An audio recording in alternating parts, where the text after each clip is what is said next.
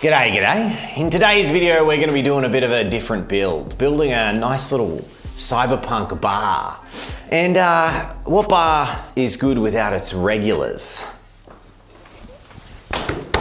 So this is going to be a bit of a group project today as we make a cyberpunk themed bar after my setting Reboot. Reboot is one of the roleplay sessions that we do on our Tabletop Time roleplay channel. Please go check it out. It features Dave, myself, Jazza and Rob playing characters from a cyberpunk universe. It's the season 2 of a big campaign, the first ever season 2 on Tabletop Time, ever. This video is sponsored by our friends at Hero Forge. More on them later. All right, well let's bloody get into it, all right? Let's go. So in this project, we're going to be building Ugly's Bar. In our role-playing campaign on Tabletop Time Roleplay, Ugly's Bar is a gathering place of misfits and murderers that operates as a neutral zone in a turbulent gang district of Melbourne. My game setting Reboot is a cyberpunk dystopia set in 2090. And while incredibly advanced technology exists in the cities, Ugly's Bar operates in the dystopian slums, where the impoverished masses are fighting tooth and nail just to survive each day. Ugly himself, the owner and operator, is an unhinged, genetically engineered superhuman who operates this venue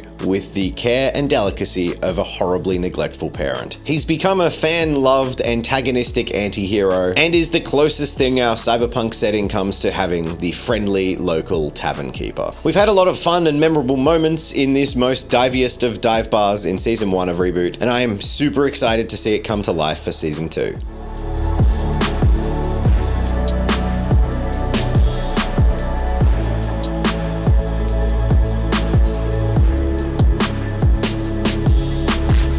So it wasn't just the set that we needed. Reboot has some really important key NPCs that have been described and have official art that we've created for the channel. We did need to realize these NPCs, so we had characters as well as player characters for our season 2 of the campaign. And what better way to represent our characters than by creating them 100% custom for our game? And what better tool to do that with than today's sponsor, Hero Forge. Hero Forge is an online character creation software that allows you to make your perfect customizable characters. With a wide variety of species to build your base from, heaps of customization sliders, and literally thousands of components to choose from, you can create the perfect character or NPC for your at-home setting. Every month, Hero Forge are adding brand new parts, and you can get early access to those parts by subscribing to the Hero Forge Pro subscription. The Pro Plus subscription includes STL downloads every month, which is an amazing saving if you're like me, you're a bit of a roleplay character creating addict. It also includes access to packs of custom curated miniatures every month created by the Hero Forge team. If you want a head start on developing a paint scheme or testing out some things, their Color 2.0 software allows you to do some awesome stuff, fully coloring and texturing the model in software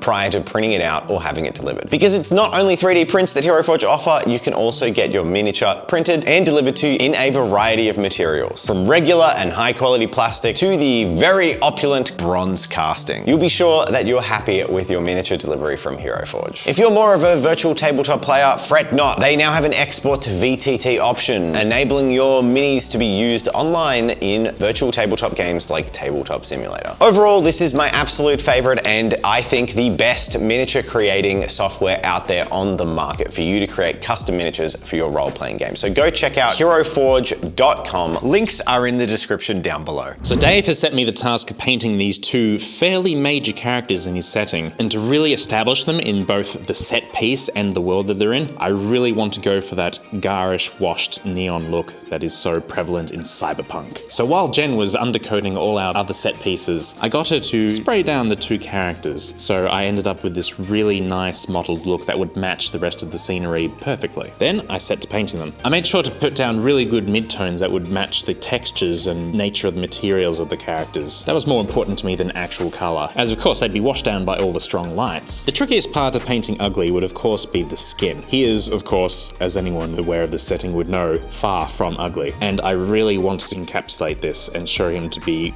completely fit to the peak of human perfection. I am the golden god! Now, after briefly conferring with Dave, we decided that a lot of Ugly's side of the bar was going to be awash in a heavy, strong red light. And if he's going to spend a lot of his time here, it makes sense to make his model be awash in the same light. So I set to painting all of this object light sourcing washing down above him. This is fairly tricky of trying to apply it to skin, as it's both glossy and absorbent of light. So I tackled it by applying the color in a number of glazes and then spot highlighting it as if I was redoing the skin entirely. Then a bit of bounce light from blue for a bit of dramatic effect, and then I painted on some of his tattoos.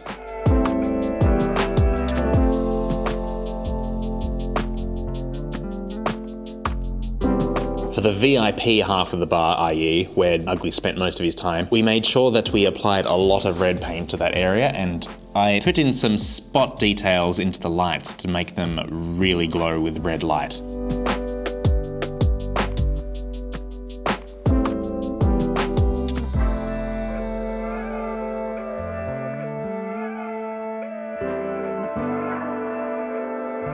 Now we love 3D printing here, so we were not going to do a build without including at least some of it. So there was a really cool collection, the Broken Chip Casino collection from Print Minis, where I found a whole bunch of the models that we used for the bar. We grabbed a few other smaller minis, including the arcade cabs from other creators, and their links will be down in the description below. This project had quite a bit of furniture to paint up, but I was pretty excited to get started. For a lot of the painting in this project, I chose to go with a similar style that I'd used for the Ribbonstone project.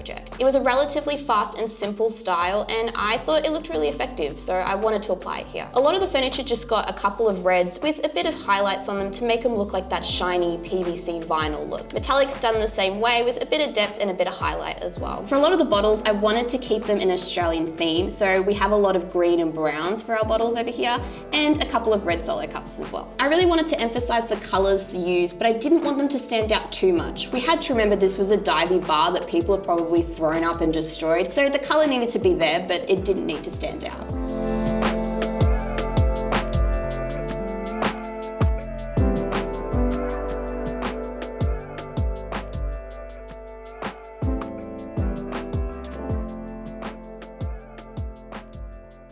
So while Jen was finishing up the furniture, I knew it was time to make the bar feel a little bit more lived in. I wanted to sponge the ancient, grimy suggestion of tiles onto the floor. So I grabbed a square bit of sponge and just followed a simple grid pattern across the entirety of the building.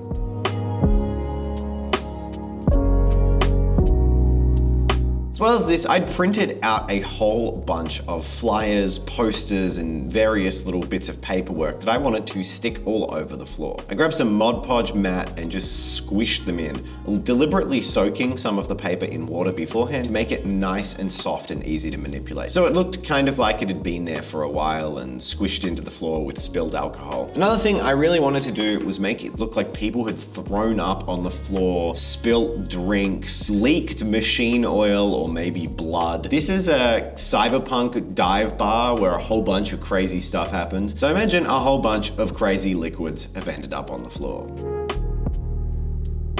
As a finishing touch to the bar, I got an airbrush and sprayed in some bright pink and bright blue, and then used a Posca pen to draw the LED tube that the light was emanating from. This cyberpunk glow, I think, really helped to pull the scene together, and once I glued all of the furniture that Jen had painted into the room, it really came to life.